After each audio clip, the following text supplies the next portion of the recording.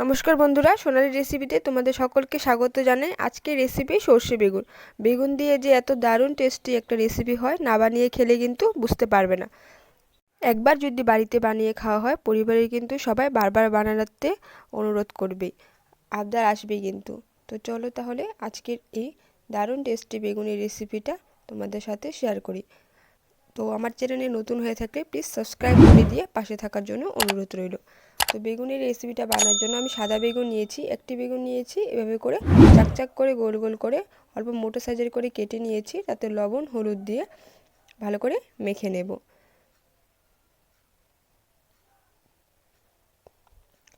ভালো করে মাখা হয়ে গেলে সেটা সাইডে রেখে দিয়ে আমি একটা পেস্ট বানিয়ে নেব। সর্ষে 2 চামচ সর্ষে নিয়েছি, 8 থেকে 10টা রসুন কোয়া এবং লঙ্কা নিয়েছি। লঙ্কাটা অবশ্যই তোমাদের ঝাল বুঝে তোমরা যতটা খেতে পছন্দ করো সেটা কম বেশি করে নিতে পারো। তারপর বেগুনগুলো ভেজে নেব।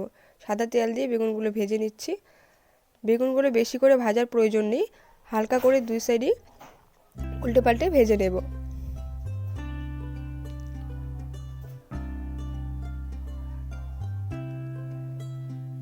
বেগুনগুলো দু সাইডেই হালকা করে লাল লাল করে ভেজে নিয়েছি। এখন নামিয়ে নেব।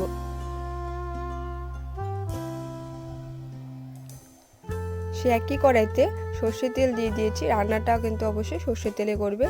এবং ফোড়নে কালো জিরে এবং একটি পেঁয়াজ কুচি দিয়ে দিয়েছি। বড় সাইজের একটি পেঁয়াজ নিয়েছি, সেটা ভালো করে ছোট ছোট করে কুচি করে নিয়েছি।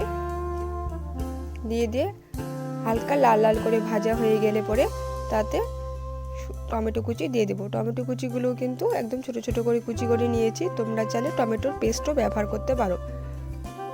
তাতে পরিমাণ মতো লবণ এবং হলুদ গুঁড়ো দিয়ে দেব। দিয়ে সবগুলো একসাথে মিশিয়ে নিয়ে ভালো করে ভেজে নেব। মশলাগুলো ভালো করে ভাজা হয়ে গেছে। এবার তাতে সর্ষের পেস্টটা দিয়ে দেব। সর্ষের পেস্টটাও দিয়ে ভালো করে সবগুলো একসাথে ভালো করে মিক্স নিয়ে 1 মিনিটের মতন ভেজে নেব। আমি এখানে মিডিয়াম ফ্লেমে রেখেছি।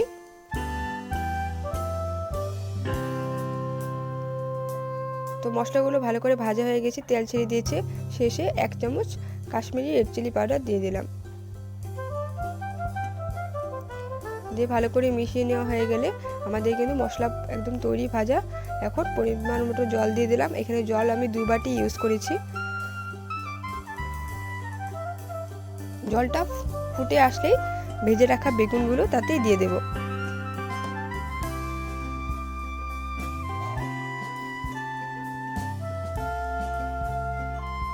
চেরা কাঁচা লঙ্কা 2টি দিয়েছি, তোমরা কম বেশি করে দিতে পারো। ঢাকনা দিয়ে 5 থেকে 6 মিনিট ভাপিয়ে নেব।